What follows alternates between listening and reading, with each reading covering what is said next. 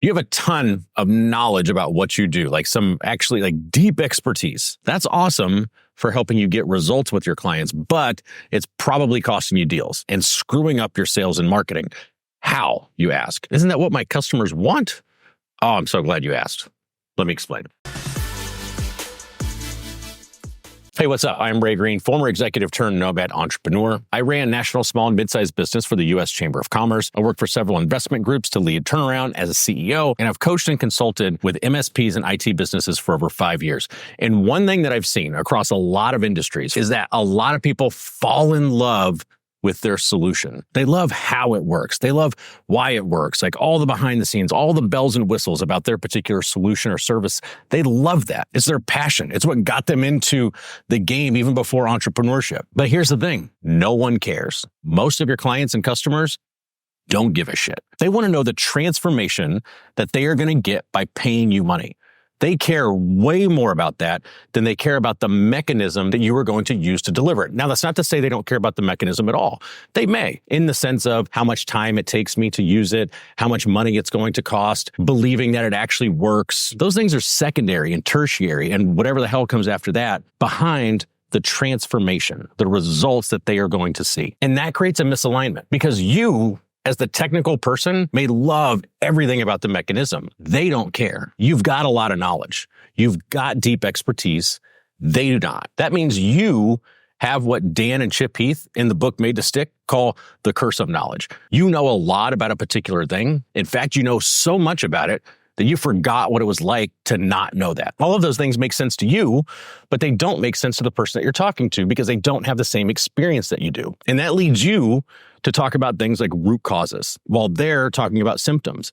And you want them to understand what you do, but it's taken you years to develop the expertise that you have today. It's really common, but it is deadly when it comes to sales and marketing. You may care about the tech stack that you're using. You may care about the specifics of the security and how all the endpoints are covered. You may care about all the bells and whistles, and they don't. Think of your favorite song right now, like whatever that is. Barbie Girl, M-Bop, Backstreet Boys. No? Okay, Happy Birthday, right? Sing Happy Birthday in your head right now. Happy birthday to you. Happy birthday. Okay, now go find somebody, instead of humming it, instead of singing it, tap it on a table. See if they can guess what song it is. And it's going to be difficult because it's clear as day in your head. Like you can hear it. You can hear the tone and all the stuff like as the tap. All they hear is this. And that's what happens when you're talking about technical stuff that people don't understand and don't care about in your sales and marketing. You are hearing something up here. They are hearing. So what you want to talk about is what they care about. What you want to talk about is what they're interested in, what they know, which means you don't want to necessarily talk about root causes. You want to talk about symptoms. You want to talk about the pains that they're actually feeling. Even though you know what the root cause of that is, you need to talk about that. You need to talk about how that pain is going to go away.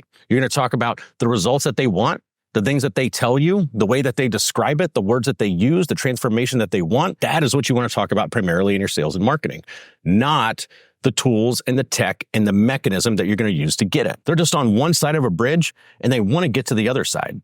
And what they need to know is the mechanism that you're going to use to get them there is the right one. So your job is to demonstrate that, to prove that your solution can get them to the other side and not the technical components of what that solution is. From my experience, there's a few ways. One is gold mine of symptoms and pains and the words that they're using and how they're articulating things, sales calls. Go to the discovery part of your sales process. Make sure you're recording calls. If you're not, just turn on auto recording right now. If you're doing any kind of virtual sales, turn on auto recording. The same number of people that care about that are the same number of people that care when you call into a call center and it says, this call is being recorded for quality assurance. Zoom notifies them. It's right there. Just turn it on. Make sure it's automatic. Get your sales calls. Pull transcripts. If you can, even better, pull transcripts of sales calls from your best clients. Go plug those transcripts into AI and start using that like R&D. Start asking your AI based on the transcripts, how are they describing the problems? How are they describing the pains that they're experiencing? How are they describing the results that they want to see? What are the words and the phrases that I can use to match what my perfect clients are saying in sales calls in my marketing? How can I better join the conversation that's currently existing in my client's head or in my prospect's head and even tell AI, I'm a technical founder. I tend to use technical language and jargon and acronyms and shit people don't care about. These are transcripts from sales calls of some of my best clients. How did they describe the problems? And how did they describe the symptoms? And how did they describe the situation?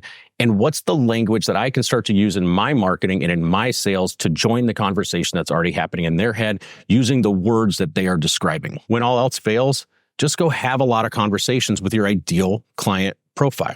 Identify who is a perfect client to you. Go have some R&D calls. Like, don't even try to sell them. Just ask, what are you experiencing? Like, what are your headaches? What are your challenges? What are your biggest struggles? And let them tell you.